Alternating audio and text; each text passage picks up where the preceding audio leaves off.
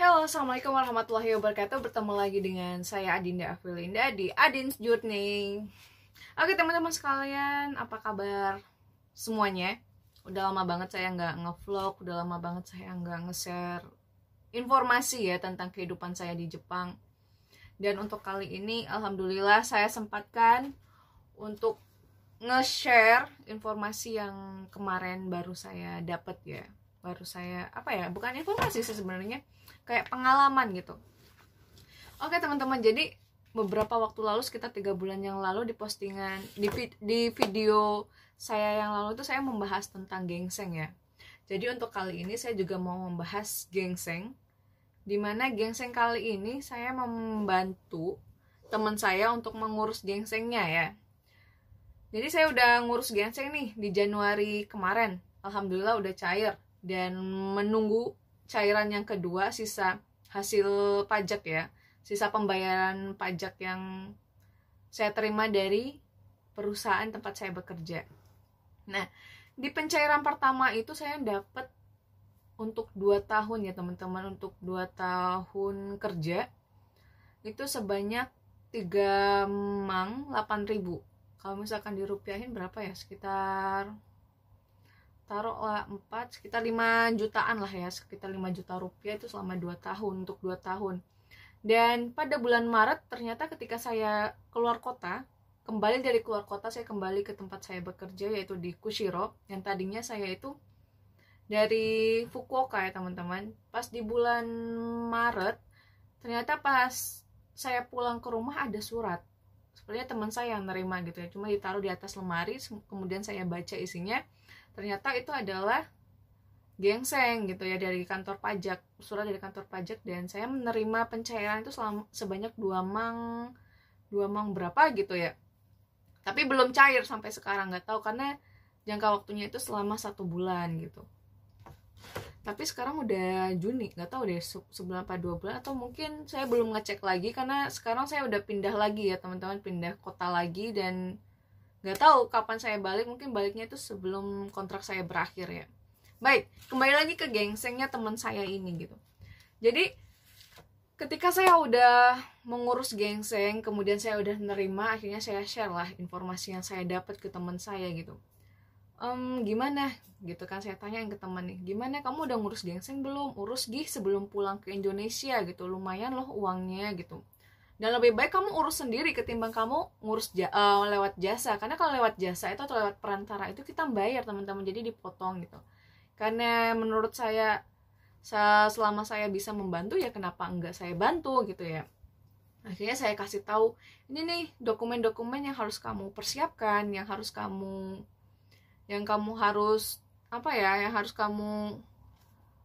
harus dipersiapkan dan nantinya harus diserahkan ke kantor pajak gitu kan. Akhirnya ada beberapa kendala teman-teman, dimana kendalanya itu adalah mereka harus merubah KK atau kartu keluarga dari bahasa Indonesia ke bahasa Jepang.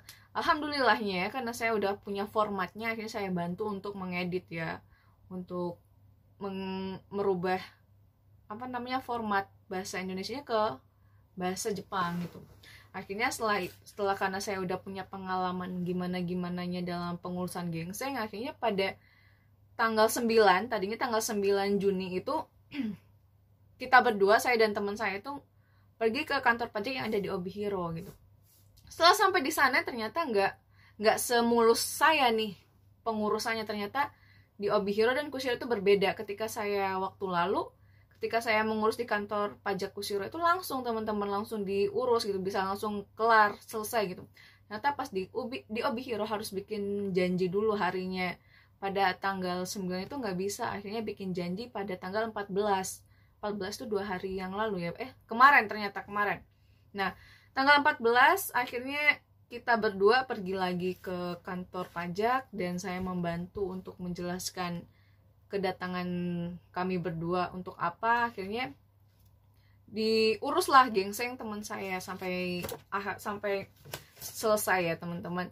Nah kalau buat teman-teman pengen tahu persyaratannya apa aja, itu mungkin bisa baca lagi nih di video saya sebelumnya, di sana udah saya jelasin juga.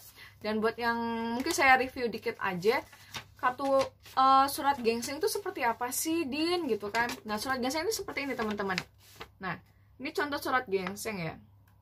Nah, di sini nih ada surat gingseng itu selama, kalau misalkan saya itu kan memang kerjanya cuma baru sampai 3 tahun ya. Nah, jadi saya punya surat itu 3 lembar dari dari tahun pertama itu di Desember tahun pertama tahun 2018, 2019 sampai tahun 2020, dan itu ada 3 lembar. Dan memang kartu gingseng ini kita terima selama per tahun ya, 1 tahun itu dapatnya selembar kayak gitu. Nah, setelah itu ada beberapa berkas lainnya juga yang harus dipenuhi gitu. Setelah semuanya selesai, maka diisilah format-format yang harus kita isi di kantor pajak tersebut gitu. Ada belangko yang memang nantinya dibantu oleh petugas gingsengnya gitu. Nah, setelah diisi semuanya, dengan menunggu selama 1,5 jam cukup lama sih sebenarnya gitu. Tapi ya karena kita mengurus itu ya harus sabar ya. Akhirnya setelah di akhir itu teman-teman nantinya akan mendapat print-printan berupa kartu berupa kode angka, dan maaf ya nggak bisa dilihat seperti ini kertasnya kurang lebih. Nah, dan di situ ada password yang harus diisi, dan dimana ketika ada kendala teman-teman bisa datang ke kantor pajak untuk mungkin belum cair uangnya, nggak nyampe nggak ditransfer, teman-teman bisa mengadukan ya, bisa renraku lah, mengkonfirmasi bahwa uang tersebut belum cair, dan akhirnya teman-teman bisa masukkan kode yang udah diisi dan melalui dengan password yang udah teman bikin ya, jangan sampai passwordnya lupa gitu. Nah, setelah semuanya selesai, nanti teman-teman bakalan dikasih lembaran-lembaran seperti ini. Nah, lembarannya banyak ya isinya, dimana teman saya ini mendapatkan sama persis sama yang saya terima, dimana 2 tahun itu beliau dapat sebanyak 3.800.000, dan menurut saya 3.800.000 itu cukup banyak ya, dan kalau dirupiahkan itu sekitar 5 jutaan lah kalau nggak salah. Dan ya lebih baik diurus gingseng ini sebelum kita kembali ke tanah air gitu. Sebelum kita kembali ke Indonesia lebih baik diurus, karena memang itu ya hak kita juga untuk mendapatkan uang tersebut gitu. Jadi buat teman-teman gak usah mager-mager untuk mencari informasi tentang gingseng, karena gampang banget ngurusnya. Teman-teman tinggal tinggal nyiapin surat-suratnya, kemudian pergi deh ke kantor pajak, dan jangan pernah takut untuk berpikiran wah gimana nih ntar bahasa Jepangnya bla bla bla.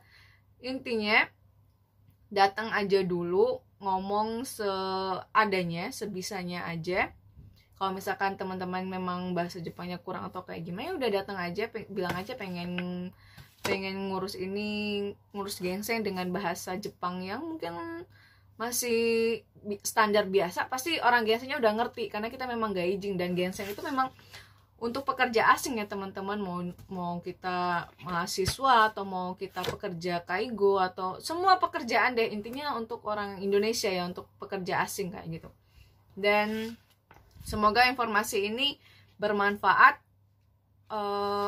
Jika ada pertanyaan-pertanyaan tentang gingseng atau pertanyaan-pertanyaan tentang apapun itu, tentang kehidupan di Jepang, mungkin teman-teman bisa komentar atau bisa DM di Instagram saya di @adindaafil24, dan bakal saya bahas atau bakal saya bales melalui DM juga atau mungkin melalui video nantinya. Dan terima kasih, semoga informasi ini bisa bermanfaat buat teman-teman, dan mohon maaf jika ada kata-kata yang salah. Makasih. Wassalamualaikum warahmatullahi wabarakatuh.